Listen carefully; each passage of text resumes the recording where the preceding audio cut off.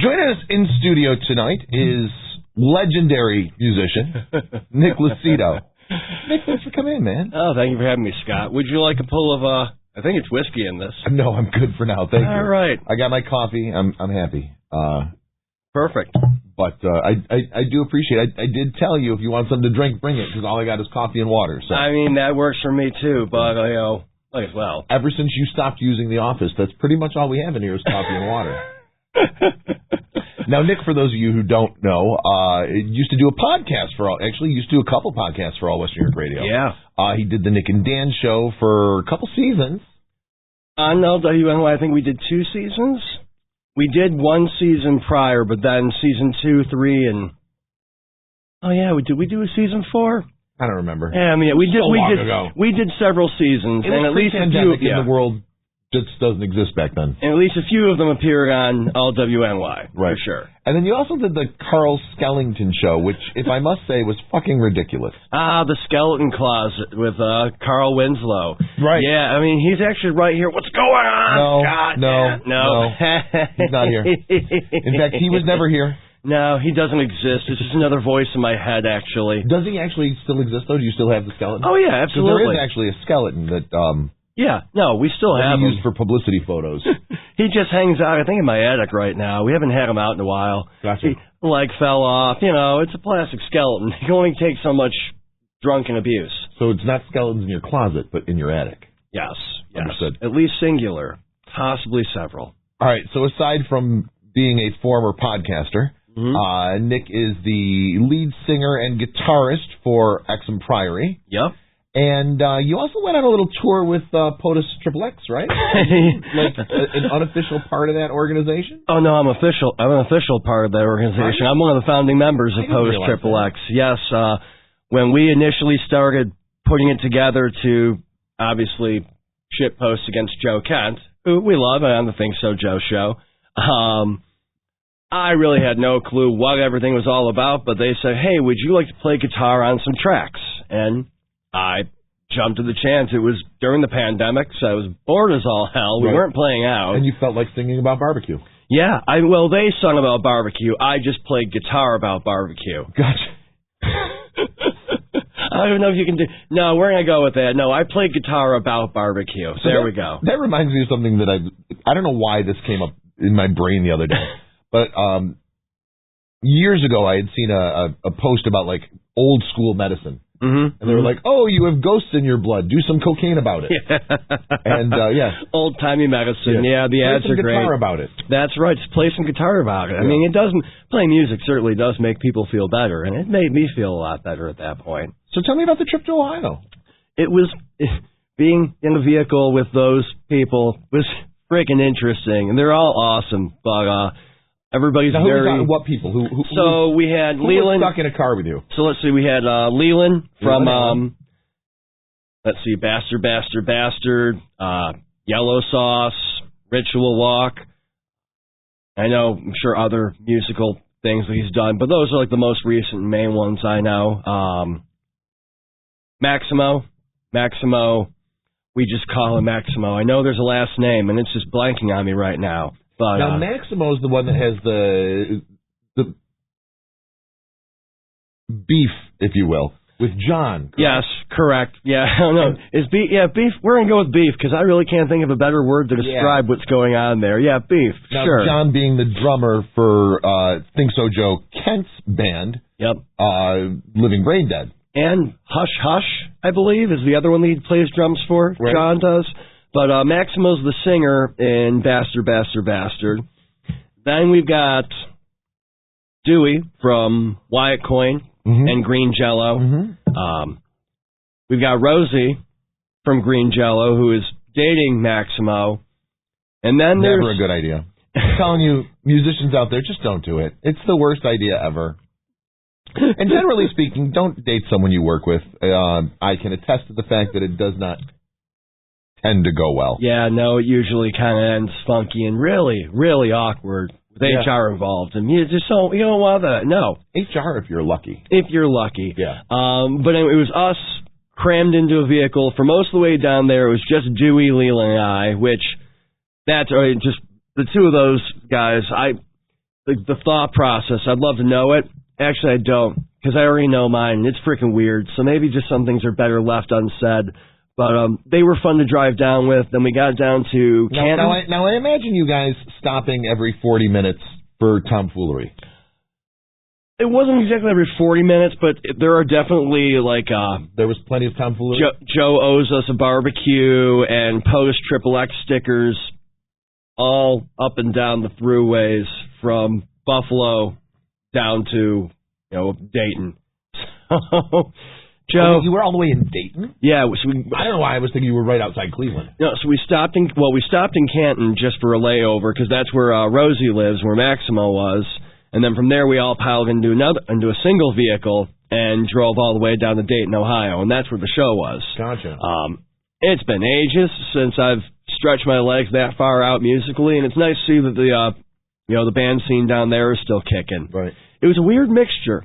There was like a straightforward rock band, a lot of like metal, like hard metal bands, all great people. Right in the middle. I lived in Ohio for 8 years, by the way. Yeah. Never been to Dayton. I just never had a reason to go to Dayton. I know. I drove through it several times in my life. I can say that nothing against Dayton, but yeah, there's not a whole lot to... Unless you're from there, I don't know of anything going on in Dayton, so... but then I'm standing outside the venue, and this is besides the fact that Potus XXX is playing, which... Now, what's the name of the venue? Oh, gosh, Hidden Gem. Hidden Gem was the music venue name in Dayton, Ohio. But anyway, I'm standing outside, having a smoke, talking to some of the other bands, just making connections, because, it's nice to meet people that aren't from Buffalo. Sure. And I'm sitting there, and I'm like, is that Dick Dale? For those not familiar, like, old-timey surf rock, Dick Dale. I'm like, is that playing that on the radio? Which I found kind of odd for a metal show. I'm expecting... Right. Some guttural blasts throughout the evening. I lean my head and it's the band on stage. So there's like a 3-piece surf rock band playing in the middle of all of this. I'm like, all right. I like that. Me too. I like an all Western New York show. We'll have a metal band, a punk band, and then a polka band that the three of the members play triangle. Yes, I love it. I feel like you need to book that show. Take a loss, man. Take a loss if you have to. That show needs to happen. Well, we lost our venue. Stamps was our go-to venue. Yeah. And, Stamps closed during the pandemic and then never reopened. And, I drove by it the other day and it's just sitting there waiting for somebody to do something with it. Yeah, it's a bummer. So that was our go-to venue. And, I know that Joe Kent, has booked some shows for his production company, if you will. Mm-hmm. But for the most part, we've been pretty quiet. And all Western New York really hasn't done any live shows since the pandemic. Yeah, it's better. I was kind of thinking about that the other day, and even sitting here, you obviously can't see people listening, but I'm looking at a wall of posters of many shows that all WNY has done. I'm seeing my band logo on a good number of them. And I was thinking that because I think Joe booked you because you were free. Yeah, that's a good possibility. I think he liked us too, but definitely because we don't charge a whole lot. Actually, when BD2 was in here, they were talking about this New Year's Eve show right here that you guys were on, and you were supposed to be the Midnight Band, and then you lost a game of rock, paper, scissors. Yeah, I lost a game of rock, paper, scissors to Rosie. And they got to be the Midnight Band. Yeah, which was really cool. It was one of those where neither band really gave a crap. Right. And instead of arguing about it, you go on last, you go on last, we both said, all right, nominate somebody from the band. We're going to do a game of rock, paper, scissors, best 2 out of 3. Rosie won. Honestly, my band should not have picked me. I'm not notoriously known for winning at rock, paper, scissors. Right. I lose. Yeah. I lose. Because in my mind, rock beats everything. Right, same rock here. Smashes scissors. Right, it rips through paper. Right, I know. The game how itself. Does paper beat rock? There's no way. The logic behind it does not make sense to me whatsoever. It's ridiculous. I think that you and I are both right. Rock wins all. Rock, yeah. Yeah. Go ahead. Throw a piece of paper at me and I'll let you know how that feels. I'm going to throw a rock at you, and we're going to see which one of us is still standing. Yeah, I feel you. Maybe don't throw scissors, though. Don't. Or run with them. That's like a saying, even. That's a saying. Yeah, don't run with scissors. Yeah. Mm-hmm. But yeah, we used to do a lot of things. We do have the posters here up in the studio. For those who are unaware, we have a very nice studio in the Niagara Business Center, which is at 1625 Buffalo Avenue in Niagara Falls. And, Nick, I don't know, did you notice on your way in all the stuff going on behind the building? I did see, like, there's a whole bunch of stuff going. Like, first of all, I noticed the parking lot is nice back there now. I'm like, oh, wow. Like, I don't feel like I'm going to get mugged or, molested or anything anymore. It's like, well lit. Building, at least. Right. I know. I mean, that's always the expectation coming here. Right. But, I don't want it to happen outside. Other people could see, Gotta have my dignity. Right. But yeah, like it seems like a lot's going on back here. Yeah. So that's pretty cool. So I don't know if you knew, a couple of years ago, Rainbow Air bought the building. Okay. And they mainly bought it because they wanted the land behind it. Mm-hmm. So that big building that's going up back there is Rainbow Air's new headquarters, should open next month. So what is Rainbow Air? Is that the helicopter company? The helicopter that used to take off at the Howard Johnsons. Oh, cool. And so they've been taking off the last couple of years out at the airport. Mm-hmm. But I think June 23rd is their opening date for here. And then the helicopter, there's a helipad back there that I'll show you when we're done. Yeah. They'll be taking off here all day. All right.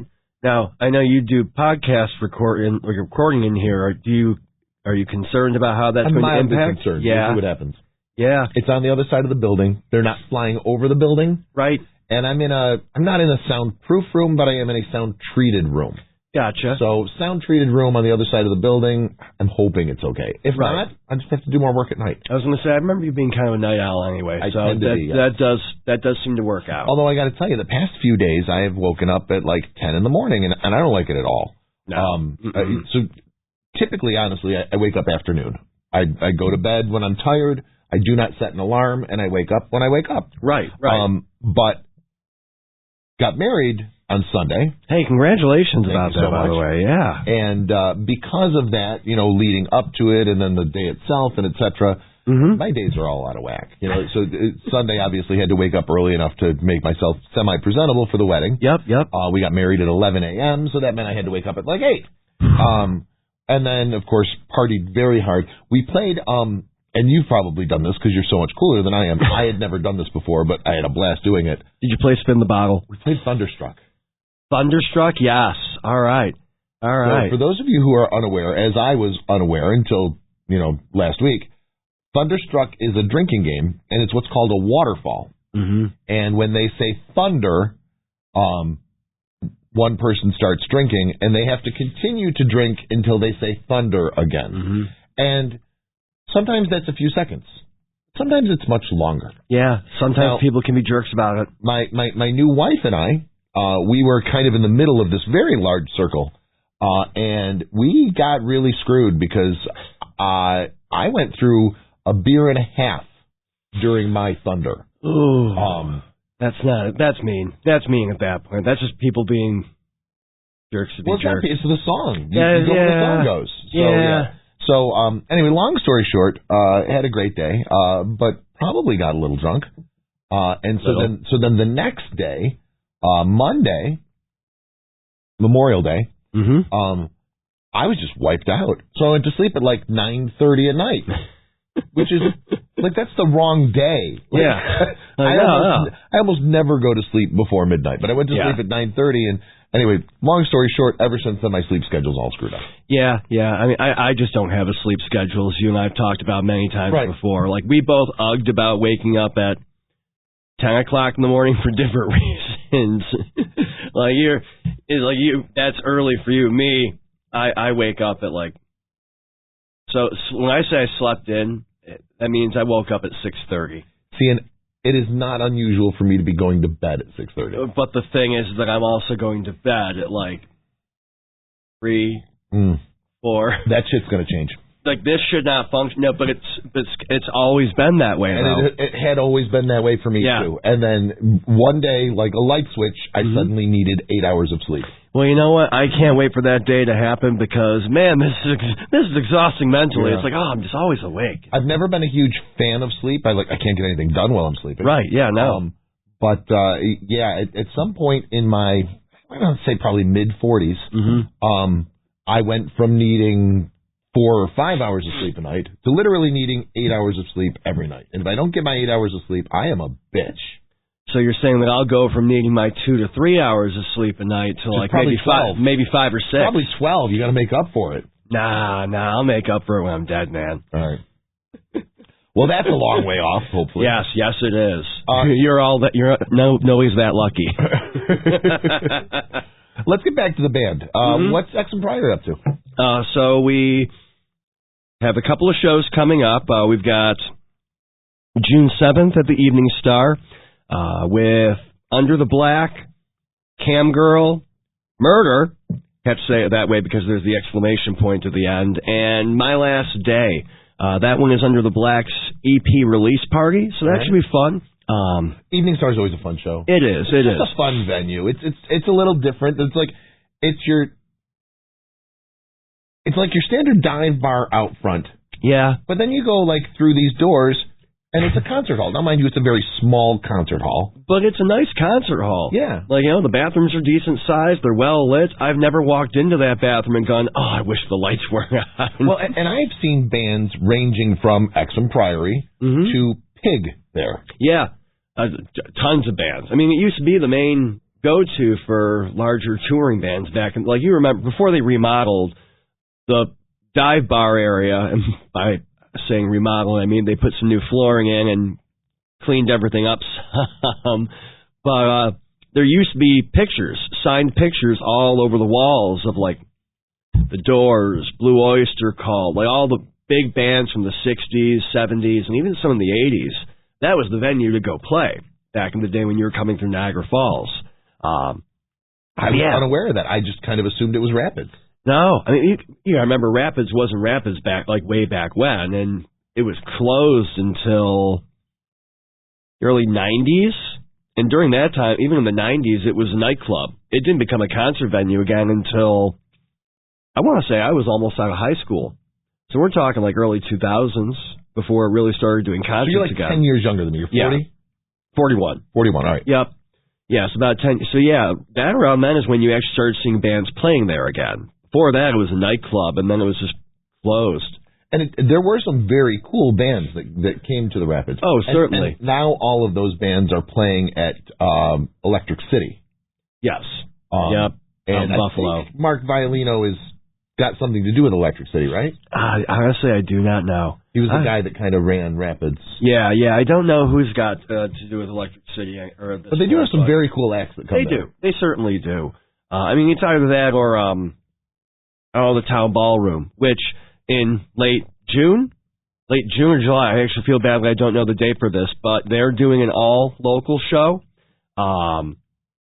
It's got like Atlas Rain on it, When Legions Fall, Tim the Truth is playing, bunch of other bands. Deep State, they're an awesome metal band from Buffalo. I highly recommend checking them out if you're into metal. If anybody listening knows who the Dreadnecks are, then you'll like this band. I promise you. But yeah, it's the first all local. That's not what they're known for. No, I mean there's been local that's bands. Another thing. I've seen some great. I saw Public Enemy there. Yeah. I saw KMFDM there. I've seen KMFDM or Pig or NS or in probably a dozen different times in a dozen different venues. Yes, within the local area. Yeah. This might shock you, or maybe not. I don't know. But that's my favorite band. That does not shock me at all because I know that about you. We've talked about this before, actually. I was probably drunk. I think the first time that you said it, I was like, really? Okay. Or maybe it was like I was more taken off I think first, like you said, you're more in like the electronic side of music to a degree, which I did not expect, just knowing how we met through concerts and everything. Right. So I didn't quite expect that, but...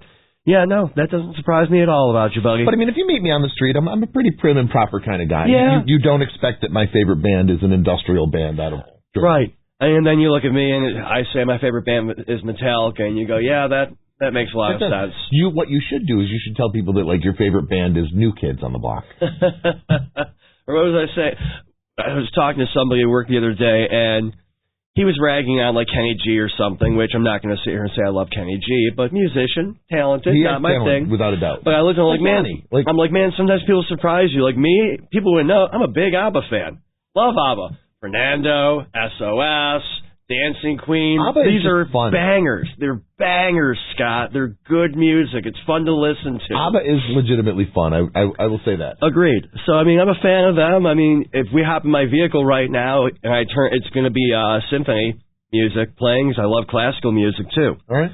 But anyway, Tchaikovsky. I do like Tchaikovsky. I'm more of a Vivaldi or Brahms. I like Brahms because it's a little bit more of the metal sound. It's got the dissonant notes. It's a little bit more on the minor scale. I like Vivaldi. I remember we played a Vivaldi song. I was in concert band in high school, and we played one of the spring songs. Yeah, Vivaldi. Oh, wait. No, it was spring. It was one of the Four Seasons songs. Yes. We played spring. So, with a fun fact about Vivaldi, great-grandfather of the single. When Vivaldi was writing music, he realized that instead of writing a giant score that you would obviously do on commission or you would sell to somebody, you could make more money writing small movements and selling those to people. So he's actually the first one that ever thought about what we would, the modern term, a single, more or less. Another song we played in concert band in high school. I played trumpet. Not well, mind you. But I was a trumpet player in high school. Was Jupiter by Holst. Okay. All right. Yeah. Holst the Planets was another. Yeah. But yeah, if you really think about like Vivaldi's music specific, like even the one you said, the Four Seasons, you know, singles. Right. Winter, spring, summer, fall. Your singles right there. Interesting. When I first learned that, I'm like, that's actually pretty cool. That is pretty cool. Yeah. So there you go. See, surprising things musically about people that you wouldn't expect. Speaking of singles, you guys making any music? Yeah. So we were just in studio with Ron Hensbury from GCR Recording Studio, Robbie Takehack's place. Right. Old friend of mine. He's moving out of the area, unfortunately, and he was kind of doing his final rounds and trying to get together with people he hadn't worked with yet. So he hit me up.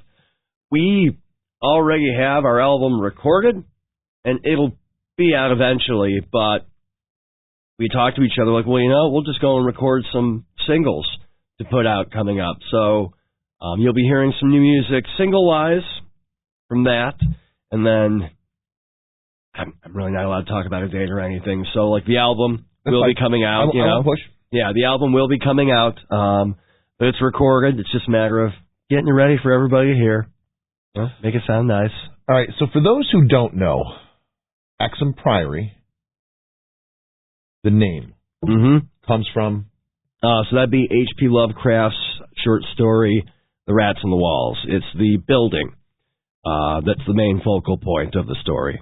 And this is why you call your fans rats. Yes, it is. Because it's not a nice thing to call people, especially those that, like, love you. Right, or, you know, people that grew up around as a town, hey, are you a rat over there? You know, but no, we use it lovingly. We love our rat family. We do. Are you a Lovecraft fan? Yes, I'm a huge Lovecraft fan. I just can't. It's tough. It's a tough read. I feel like I am, like, one acid trip short of comprehending where he's coming from. And that could be very possible. I mean, it's a very tough read because he writes in, it's not even an old English style. It's more or less like an American trying to emulate Old English. So it makes it a tough read there. He spells things like a Brit does, like, you know, color is C-O-L-O-U-R. Why not? Which the reason that we don't spell it that way is because the early printing press, every letter that you use costs more. So they were like, all right, where can we chop out certain vowels? So a lot of, like, AP style, AP standing for Associated Press, a lot of AP style is specifically just to get rid of as many letters as humanly possible. Yes, so that's why we spell color different. But it is a tough read. Plus, it's very hard to get into, because if you're reading, you're usually trying to picture something mentally. And when a lot of it is cosmic horror, which for those unfamiliar with the term refers to something that is so scary, it's unfathomable what you're looking at. That makes it really hard to come up with a mental image when that's the only description that you've got, right? Except for maybe some tentacles and wings. Right. So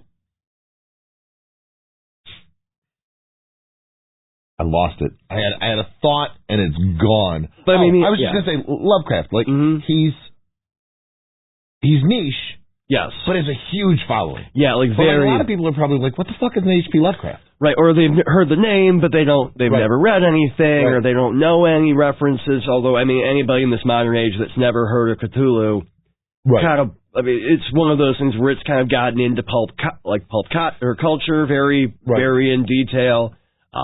So one of the hats that I wear, one of the things that I do is I voice audiobooks for a YouTube channel that I run. Okay. Called Stop, Book, and Listen. Okay.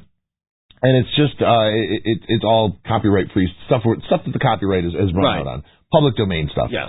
And I've done several H.P. Lovecraft short stories. And they go over, like, every time I post one, people are all over it. Yeah. But the three that I do the most of are Lovecraft, Poe. Okay. I love Poe. Yeah, I mean, a lot of people that like Lovecraft love Poe too. And the Brothers Grimm. Because the Brothers Grimm wrote 200 different stories. Yes. And many of the stories we know, but we don't know the version that they wrote. No. I mean, it was they were a product of the time. It was a much darker time where your mortality rate was kind of but so I actually just recorded a Brothers Grimm the other night that I have yet to make a video for, but that'll be going online in the next couple of days. Nice. Same with I recorded an Edgar Allan Poe. In my mind, it's E.A. Poe. Yeah. So I recorded a Poe that'll go online soon as well. Nice. My oldest daughter lives in Baltimore, and whenever I go to visit her, I got to go. You have to go to the grave. You have to go to the grave. Yep. Yeah. Nice. Very cool. It's probably one of the most famous graves in the world, if not. It's definitely well known. I mean, I put it up there with like Jim Morrison's gravesite in Paris. I mean, it's pretty high up there. Yeah. People recognize that one. Yeah. Nice. And it's cool because it's just in a church. You know, it's a very small graveyard in a church. Well, I mean, you got to think, when he passed away, he wasn't anybody when he passed away. He was barely known. He was one of those where he didn't get, just like Lovecraft. Lovecraft didn't really get known. He was published in very much the same type of publications that Poe was, just like the science fiction rags. I can't think of the term they used to use for them, but they were just like locally distributed magazines and everything that sometimes got syndicated across certain regions. So they weren't known by anybody until much later when people started coming across their written work and like, oh, you got to read this. You got to check this out. This is out there. I'm sure there's probably a lot of acid involved, like we were talking about earlier. Right. But without these guys, so much, there would be no Twilight Zone. No. They really were the foundation for what we think of as modern sci-fi and horror. There wouldn't be any of the, monster horror or anything like that. They kind of, maybe not founded it, but definitely refined it. Mary Shelley founded it. Yeah, I mean, Mary Shelley or Bram Stoker, with Dracula, which personally I like Dracula a lot more than I like Frankenstein. And for anybody that's never read Frankenstein, I mean, it's it's a huge concept, but they just glance right over when the monster comes to life. It's like, all right, this happens and the monster's alive. Like, it's literally, there's no punctuation to it. It's just kind of like oh, okay, well, I guess, if it were me, if I was there, I'd be like, holy crap, there's a dead creature that's now alive right now and sentient. But no, all right. Fair enough. Yeah, it is a slog to get through. Yeah. I like Bram Stoker's Dracula, though. I thought that was because it's written, it's very easily digestible. It's small letters to and from the different characters, so it makes it a lot easier to get through. Well, and one of the really cool things about Dracula, probably more so than any other piece of literature that I can think of, gave birth to an entire genre. This one book created, so Frankenstein holds up well on its own. We've got the werewolf, we've got the mummy, etc. But Bram Stoker's Dracula gave us vampires, and there have been so many books and TV shows, and I'm a huge Buffy fan. Same. How excited are you for them bringing the show back? I don't know. If it's got the cast, I'm in. Yeah, I love Buffy, but I am worried. I also loved Angel. I thought Angel. Yeah, was a good show. I didn't mind it. Angel. I didn't love as much as I loved Buffy, but I liked Angel. But I'm excited to see what they do, even if it's for like just a little mini series or one season back and that's it. Just to because there were a lot of loose ends in that last episode. You know I'm right. Oh sure, but I mean. They're rebooting it, so they got to get there still. But, I mean, like if I'm understanding correctly, it starts when she gets to Sunnyvale. Oh, like it's a full-on reboot? From my understanding, it is a full-on reboot. So is Sarah Michelle Gellar going to play Joyce? I don't know. I'm going to be so confused if they do that. No, it needs to pick up with them like, all right, everybody hop on the bus and ride off to the sunset. Yeah, I don't think that's it. I think they're just starting over. All right. And so many things do that. Yeah. Well, I guess only time's going to tell then. Did you read The Stand? Yeah, I love The Stand. Did you watch the 4-part and then the 10 parts? So I've seen the original 4-part. The 4-part. Which... With Molly Ringwald and... Yeah, and Gary Sinise, John Malkovich was in that as the trash can... Or as the garbage man, or the trash can man. Bumpity bump. No, that wasn't Sinise. That was Frewer. Matt Frewer. Gary Sinise played, no, he was in there. Sinise was definitely, he was the deaf guy. Right, but I'm sorry, I misunderstood. I thought you were saying Gary Sinise played the trash can man. No, he didn't. But, anyway, yeah, I liked that. I haven't seen the newer version. See, everybody that I've talked to has said that. I was told not to watch it, and then I watched it anyway, and I was angry that I did. So, are you a King fan? I love King. All right, are you a Dark Tower fan? I've never read The Dark Towers. Okay, because that's one of those series. I love The Dark Tower. It is hands down my favorite book series ever written, and it's a very neck and neck between that and Lord of the Rings. And I love Lord of the Rings. See, I didn't like Lord of the Rings at all. Lord of the Rings is like a book that will I'm asleep by the end of the first page. It's just, I don't know. It's weird. Although if you listen to audiobooks, I highly recommend listening to the Lord of the Rings series read by Andy Serkis, the guy that did Gollum. He does a wonderful job. So I do, for a variety of reasons, I do mostly listen to. I spend most of my day reading. Yeah, I read out loud, but still, I spend most of my day reading. So when I'm done working, I really don't want to read. Right. I still want to be entertained. Yes. And television only goes so far. I want books. So I have an Audible subscription, and I highly recommend those. Look them up if you're willing to try to get through Lord of the Rings, the actual books. I don't know, man. I'd recommend that because I've physically read them dozens of times, and I get it. So I remember in high school, I had a couple friends that just thought it was the best thing ever, and gave me, the first book, Fellowship. Yeah, Fellowship of the Ring. And I started it, and I'm like, I can't with I can't with this. But I mean, I grew up on King and Kuntz and I don't remember who else. But, the horror genre books. Yeah. And surprisingly, my parents, who were fairly conservative, bought them for me. They were just excited I was reading. Right. I love, but with King, The Dark Tower is like a 7 or 8 series or book series, where the smallest book is around 400 or 500 pages. All right. They made it into a one single 1 hour, 28 minute long movie.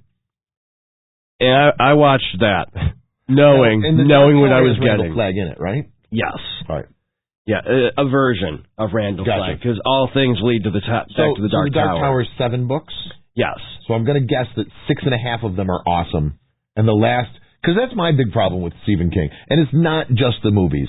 The man cannot finish. The man cannot write an ending. All right, so, I mean, it's, I mean, it's the true of Lovecraft, too. Lovecraft was notorious for, his main characters at the end, and then madness overtook me. I did not know this was going to turn into Literature Hour. See, I surprised you. But no, that Lovecraft was the same way, where madness overtook me, and then darkness fell. That's not a freaking ending. That's a cop out. King is notorious for having a hard time with endings too. So Stephen King writes these great mystery books, and with lots of human dynamics and characters and character development, et cetera, et cetera. And then all of a sudden, aliens. And it's like, what? Oh my God, that's the Tommy Knockers in a very, very small nutshell. A very accurate nutshell. Yes. And like Under the Dome. Did you read Under the Dome? Yes, I did. I read Under the Dome, and when they turned it into a TV series, I was like, how? I didn't hate it though. I heard that it was good, but I didn't get into it initially because I'm like... Because you were scared. Well, it's more so, I looked at it, and they were like, it's going to be a multi-season show. Right. I'm like, how? How? The book wasn't that long. It was a good 400 pages, though. But still, comparative to a lot of King's work. So at the time, I didn't have a car, and I was taking the bus back and forth from Niagara Falls to Lockport. Okay. And would read it on the bus. Yeah. And so I'm sitting there with this huge-ass book, and I got some really weird looks. Hey, it was a good book. You are accurate. Like, maybe it's the government. Maybe it's some evil Oh, it's aliens. It's aliens again. Right. God dang it, Stephen. You said it wasn't going to be aliens again. Right. It's like Lucy with the football. Yes, exactly. He's just holding the book there for us. We come running up, and boom, aliens. Yeah.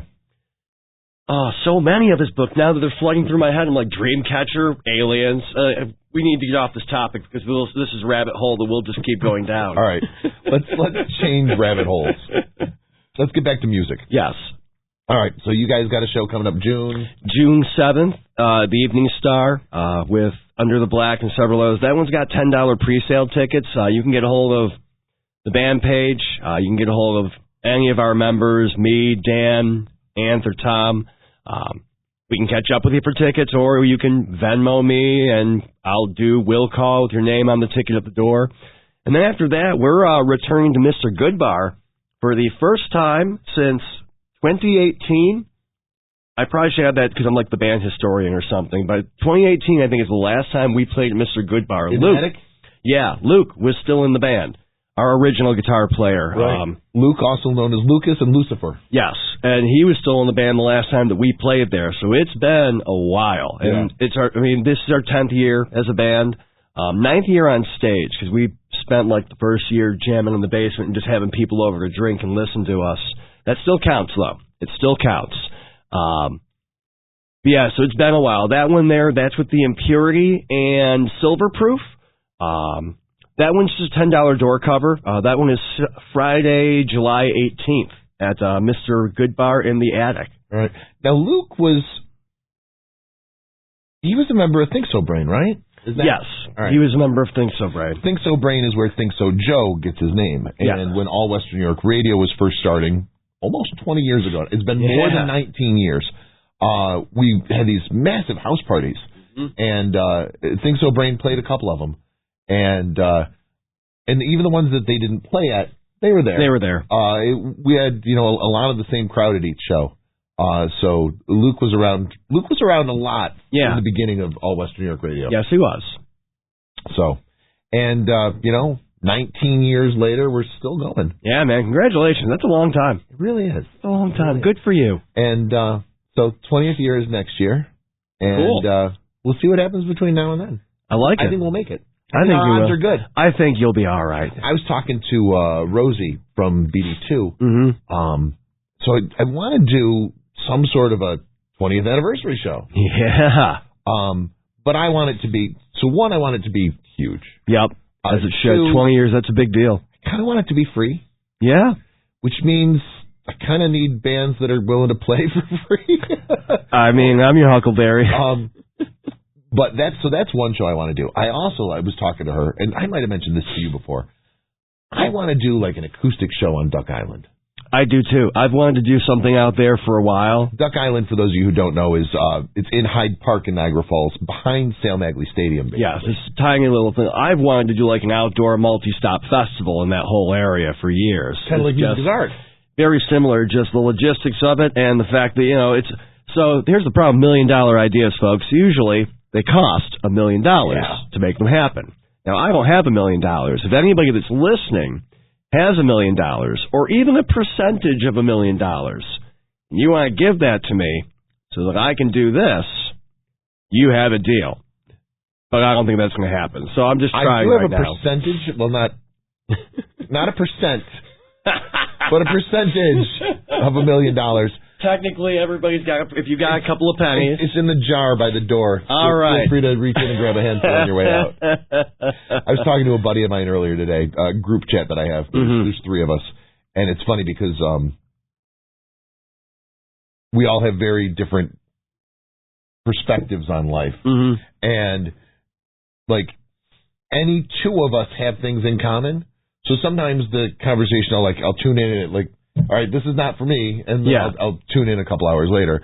But my buddy said something in the chat earlier. He said, I have no inspiration lately. I messaged him and I was like, inspiration or motivation? I was like, because I have ideas out the wazoo. I just can't seem to get off my ass and do any of them. He's like, no, I have ideas like crazy. Yeah. But, yeah. So it's the same thing as or correlation and causation. They're two different things. Not having the motivation, not having inspiration are two completely different things. Right. So. Yeah, because I can't do anything without thinking of, this would be a great idea. Yep. And I'm like, when the hell are you going to do that, Scott? You just started a podcast. Yep. It's like, good. More time that you don't have to spend. Right. Sure. Exactly. Yeah, I get that. I completely understand. But, I would love to do the Duck Island, the acoustic show thing. That's a great idea. And that'd be fairly low. You pretty much be looking at, permits, I guess. Right. Probably insurance. Yeah, and that's the thing. I've looked into the permits and everything. The permits aren't horrendous. They are not cheap by any means, but they're not astronomical as I was expecting. It's the insurance that gets you. It's like, holy cow. Well, a lot of times, a lot of these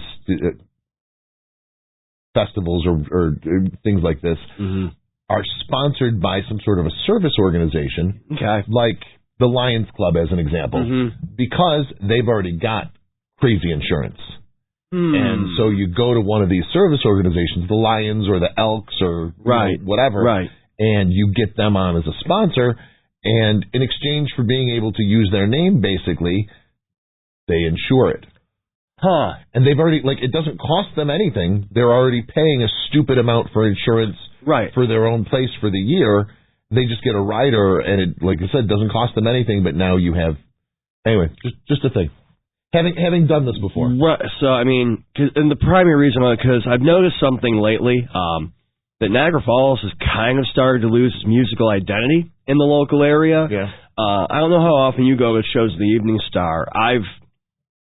Over the past couple of months, because my personal situation will change, have been going out a lot more and catching... Well, let me ask you this. When's the last time you saw me at the Evening Star? Because that was probably the last time I was there. It's been a bit, so that long then. So, I've been going there a lot, and something I've noticed is that the bands, and some of them have picked up on it and worked on it, but a lot of them say, what's going on in Buffalo?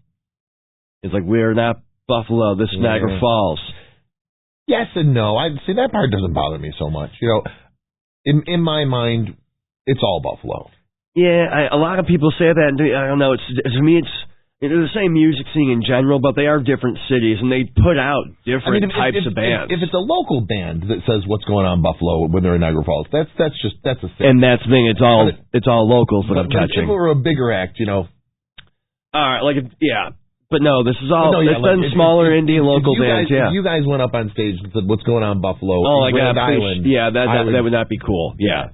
So it's something I've been noticing. I think it's part of it's we've just kind of lost our musical identity, which is crazy because we put out very different bands. Really, everything I look at that comes out of Buffalo, you got your rock, a lot of punk, a lot of metal, a lot of the bands that I'm seeing from the Falls. Even us include people say that we're heavy, but we're not crazy heavy. I think it was more of you're heavy. We're straightforward rock and roll, maybe leaning into hard rock some, but a lot of blues influence. I see a lot of hippie jam influence in a lot of bands coming out of the Falls. There's maybe one or two punk bands or metal, but a lot of it's I think Americana is the new big thing. So I feel like there's a lot of Americana. And I see a lot of acoustic acts out of the Falls. No, I don't hate it either. I like that style of music. It's not always my cup of tea, but I don't hate it. But and the distinction is slight. Very slight. But whatever that distinction is, I like Americana because it's got that little bit of blues to it. So the difference is Americana doesn't use the same four chords over and over again. Yeah, but no, I get what you're saying. It is a difference between the two. It's slight, but it's noticeable. I see such different styles coming from both cities, and it's like kind of a bummer that, and this might just be an old man bitching, but, whatever, that's what I'm going to do. But I have noticed that, so I would love to do something in the falls that's maybe not the level of music as art, at least maybe not yet, but I'd like to start leaning into something like that and getting that going, because I think that'd be fun. It's a cool idea. So what you got to do is start making political donations. Oh... Dude, the way the world works, man. Son of a gun. And you gotta make political donations to both candidates for every race, so that no matter who wins, you're in. Playing both sides of the coin. That's the way politics. To do it. That's politics right there. You play both sides of the coin. Yeah. Or you just steal the coin. Either way. Politics. It's a different brand of politics. Different brand. Okay. That's more of the Italian brand of politics. I gotcha. What coin? There was no coin here. Get the hell out of here. All right, Nick. We should probably wrap things up. Yeah, man. But before we do, I want you to tell me your 3 favorite bands from Western New York currently, and your 3 favorite venues from Western New York currently. All right. And then your favorite pizza. Ooh, all right. So let's see. 3 favorite bands from Western New York currently. I love Grosh. Grosh is freaking awesome. How can you not love Grosh? Living Brain Dead. They're going to be in a couple weeks, by the way. Nice. Yeah, I love them. They're such great people. I'm friends with, I've known a lot of them for years, and they're great people to hang out with. So, true story. Ran into you at the the Living Brain Dead CD release party. Yes. At Nietzsche's, was that a month ago or so? Yeah, a month or so ago, yeah. And Megan Brown from Grosh was there. Mm-hmm. Now, I've met Megan probably a dozen times. Yeah. We have dozens of mutual friends. Yep. And I'm not one to get starstruck by any stretch of the imagination, but I'm always nervous to approach her for a variety of reasons. 1, she's gorgeous. Mm-hmm. 2, she's amazing. Yeah. Which means that you add those 2 up. And 3, she's got a lot of overzealous fans. Yes. And I'm always afraid that, because I'm just some guy. Mm-hmm. You know what I mean? I'm your average white dude. Yeah. And so every time I talk to her, I'm afraid that she's not going to remember me because she's amazing and I'm just Scott Leffler. Oh, God. And so I'm always nervous. And every time she's like, yes, I remember you. Yeah. Like, dumbass, yes, I remember. Yeah, we've met dozens of times, Scott. Every time I meet her, hi, I'm Scott Leffler. I'm friends with Heather and Scotty. Yeah. She's like, yeah, I know. We've had this conversation before. I know. Yeah. Really. Anyway, sorry. But no, I love Grosh. They're awesome. I love Living Brain Dead. They're like one of my favorite punk bands going on right now in the area. And then Joanne is fun. Yeah, she really is. She's an awesome person. I mean, the guys in the band are okay too. Yeah, they are. But Jill's the day they gave Jill access to to do their social media, it was a game changer right there. Well, even just like her own social media. Yeah, you follow her. It can get kind of unhinged. It's terrific. It's freaking terrific. I love it. So I love both those bands. It's such a hard, it's always hard to say who are my favorites. If we're gonna go with bands that have put stuff out lately, because I'm always gonna want to say the Dreadnecks. I love the Dreadnecks. They are one of my favorite bands, but I know they're not super active lately. I do know they are playing Ironworks coming up with Inertia, which I think is a fairly big show for them. So, kudos to them. I like Tim the Truth. Tim the Truth is super fun. Tim the Truth is a band I'm unfamiliar with. Yeah, so, I mean, you mentioned them earlier, and I mentally said I got to check them out. All right, so you know Mario. Everybody knows Mario, the bass player. Navilio. Yeah, sorry. Yeah, so he plays bass with them. Tim, so I know Tim Kellums. He's a really cool kid. I say kid.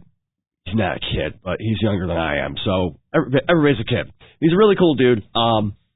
He's with hip hop, and I call my wife a kid. She's 3 years younger than I am. She's a good kid. I say it all the time. She's a good kid. But he was hip hop, which I have no problem with hip hop, but it's not usually the genre that I gravitate towards at all. But I kept hearing his name, hearing Tim the Truth, and then I checked him out online. I'm like, okay, every recording I'm listening, it's hip hop. I don't know why people keep saying they're super heavy. I'm hearing hip hop. And then I caught them live, and I realized, live he has a metal band behind him doing It's metal mixed with hip-hop. So think like late 90s, early 2000s, but in a good way. So like a heavy Limp Bizkit? Yeah, with not as tongue-in-cheek, or not as goofy tongue-in-cheek lyrics and a little more straightforward, but kind of in that general direction. But they're awesome. I like them. Again, is it always exactly what I'm going for? No, but I really like what they do. Their performance live is awesome. They pull and they're huge... playing at the Evening Star show? No, they are playing at the... no, Tim the Truth is playing at Town Ballroom Show. We're not on. Oh, all right. I remember you mentioning them earlier, and those were the two shows. I forgot about you were talking about the local show at the Ballroom. So, I like those three as far as bands go. I could say I could rattle off a billion other band names, but I like those three. If we're going to go like top, who I really enjoy hanging out with, listening to, seeing live, them. Three favorite venues. Evening Star, it's home. I used to be in the house band. I just like it there. Evening Star is my favorite place. From there, I don't know if it's even still open, but I really liked Amy's place.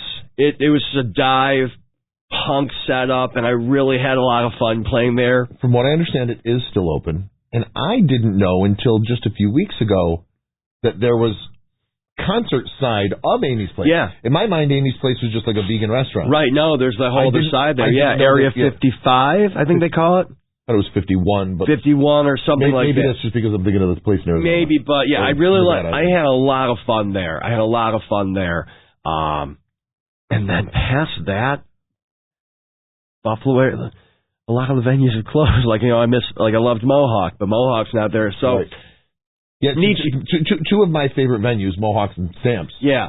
Jackrabbit. I like Jackrabbit. I've seen a show there yet. I've seen a bunch of bands there. In fact, I saw last time I went to, I think it was Grosh, with a band from Cleveland called Trust. This was a couple weeks ago. Yes. So this was the show that you told me I had to go to. Yes. And then I didn't go. Yes. Yeah, that one. Trust was amazing. I'm totally into what they're doing. It's hard rock, female fronted, which male, female, I really don't give a shit. If it sounds fucking awesome, I'm into it. I don't need another label. I really dig what they were doing, but yeah, I've seen a bunch of bands there So Jackrabbit is relatively new. What, 5 years? About that. I can't quite remember when Kevin, the team, opened it up. And so one of the owners is Megan from Grosh's husband. They won several All-West New York awards. Yes, they are amazing. They just stormed onto the scene. Yes. The Kaz has also stormed onto the scene. Okay. I keep hearing about that place. Haven't been to it yet. I have not yet either, but I've heard amazing things. Okay. But as far as Jackrabbit goes, the Philly cheesesteak sub, yeah. All right, it's ruined it for me at other places. It's most excellent. I highly recommend it. That's an excellent segue to the next question, which was favorite pizza. Favorite pizza. All right, favorite pizza. That's going to be the old Mr. Ventries, now known as Buck's Pizza. You don't like Buck's? As I'm saying, I love Buck's. Oh, okay. The old Mr. I love Buck's. The old Mr. Ventries, aka that's right, Prince of Pierce on Pierce Avenue in Niagara Falls. It's called Buck's. Best pizza in the city. I'd say in the Tri-County area. Now, I grew up on Sammy's, and I like Sammy's pizza. You have told me before you don't think it is what it used to be. I was never a big fan, and I don't say that to hate on the place. I know a lot of people. Honey's, the old school Honey's on the Boulevard with the Pine Avenue, I should say, with the pink elephant. Yeah. To me, it always had I don't know if they put too much yeast in their pizza, but it always tasted like beer to me. Yes. But yeah, I know people that swear by Sammy's, and it's just. I like Sammy's. I love Buck's. I also really like Buzzy's. I like Buzzy's. It's been a while since I've been to Buzzy's, honestly. But I've never had a bad pizza from them ever. But no, I like Buck's as far as pizza goes. These are all Niagara Falls pizzerias for those who are like, I've never heard of any of these places. And if you haven't heard of them, you need to look at Buck's on Pierce Avenue in Niagara Falls. Don't worry about the neighborhood. It looks rough. There's a lot of good people down there, though. Pearson 19th? No, something like Pearson 22nd or 24th. It's somewhere in that area. I said, But it's an awesome pizza place. Cheap slices. They're open late. Cheap slices.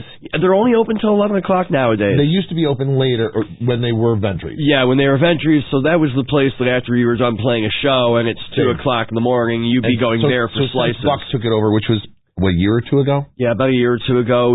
They closed at 11, earlier. which, I mean, again, in Niagara Falls, there's one thing, places that are open 24 hours or very late run the risk of getting held up or robbed. Well, dude, it sucks. I mean, how many times have you seen 7-Eleven, like any one of the 7-Elevens be like, yeah, we're closing at 10 now. Yeah, almost all of them. And then a few months later, then they go back to being 24 hours. Well, actually, most of them are honoring the original hours, 7 to 11, hence the name for those that don't know that. During the pandemic, I was living in NT, and I got out of work relatively early one night, which was probably like 10 o'clock. Okay.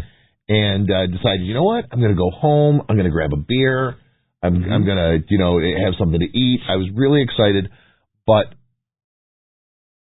once the pandemic hit, everything closed early. And then things had not gotten back to where they were opening late. And they still haven't. Yeah, they still, but I remember going and trying to find something to eat and have a beer. And the only thing open was the thing that was named after the fact that it shouldn't have been open because it was after 11, but 7-Eleven was open. Yeah, and it was the only. All the bars I wanted to go to were already closed. I don't even think it was midnight, but it was after 11, and I just remember thinking how funny it was that the 7 to 11 was still open, but everything else was closed. Oh, addendum to my venues. I also love the Stone Jug out in Youngstown. So there's an open mic there every Wednesday night. Dave Thurman runs it. Every Wednesday night there from like 7. Dave Thurman also runs an open mic at Wagon Wheel, right? He does the once a month on the first Friday of the month. He does the singer-songwriter showcase there where, it's pretty much an open mic. And Wagon Wheel's another great venue. Yes, it is. That is very true. But it's not so much for your band. I don't know about that. I've been seeing some like punk bands and stuff there every once in a while, so possibly, but I really like the good wings there, by the way. Yes, the wings, those are probably the best in Niagara Falls, period. But the Stone Jug out in Youngstown's pretty awesome too. They have a back patio stage that is, it's got like this Grand Ole Opry kind of feel, and I think Grosh is playing there eventually.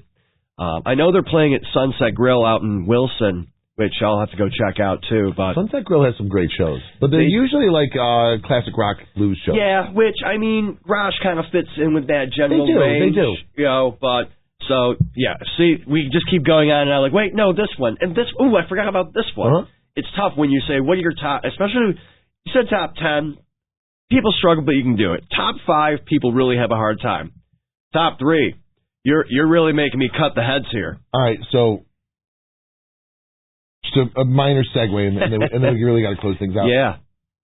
So, how many favorite movies, air quotes that you didn't see there? Yeah. How many favorite movies do you have? Because I have at least 3 or 4, depending on my mood. Wow. So, if I had to say, all right, so favorite Hudson Hawk, definitely favorite movie. That's a great movie. But also Better Off Dead. Okay. But so also Home Alone 2. Those are tough. Or let's say that I got stuck on a desert island and somehow had the ability to watch one movie. I was like, if you're stuck on a desert island, what record would you bring with you? None, because I wouldn't have any energy to play records. But also Ocean's 11. I think Ocean's 11 I could actually watch on a loop. So if I had to pick what's my favorite movie, it's going to jump back and forth between 2. It's going to be Jaws. All right. 50 years old now. Jaws. And see, now it's like, wait, but there's... All right, so within the top 3... Did you Lego at all? What's that? Did you do Lego at all? Yes, I have. Have you seen the Jaws set? Yes, I have. It's I know. so cool. I want it. I just can't justify it because I did, within the last 12 months, get a Legend of Zelda Lego set that was pretty penny, but I had to have it. But all right, so I had to go top 3. It'd be switching up between Jaws, 3:10 to Yuma. Again, I love westerns. All right. I love westerns. All right. Friday the 13th. The original. The original. Just because it loses its scare value, but I just like it. It's one of the original slasher films. They put a little bit of thought in how they killed those camp counselors off. It was kind of fun and campy. But also Scream.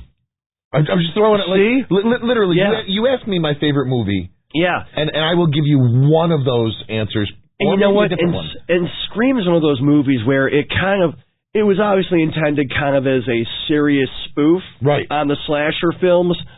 It was like tongue-in-cheek, but it just changed slasher films. Well, it's like they leaned into it and pivoted with it. It kind of changed the direction of how horror movies. It did, and it kind of changed the direction that horror movies were going in. Because up until we're getting a lot of like vampire and monster movies, which are fun and all, but there's only so many times that I'm in a jump scare of the Wolfman or something. Right. But see, I honestly think that the fact that Drew Barrymore was killed in the first scene, and she was a huge part of the marketing campaign, but everybody's mind. That's the thing. I think that fried people's brains to the extent that we now have 7 Scream movies. Yeah, I don't think we would have if that hadn't been the case. It also if the first victim had been some unknown. Right, it kind of changed how we look. All right, it doesn't matter where on that poster their name is.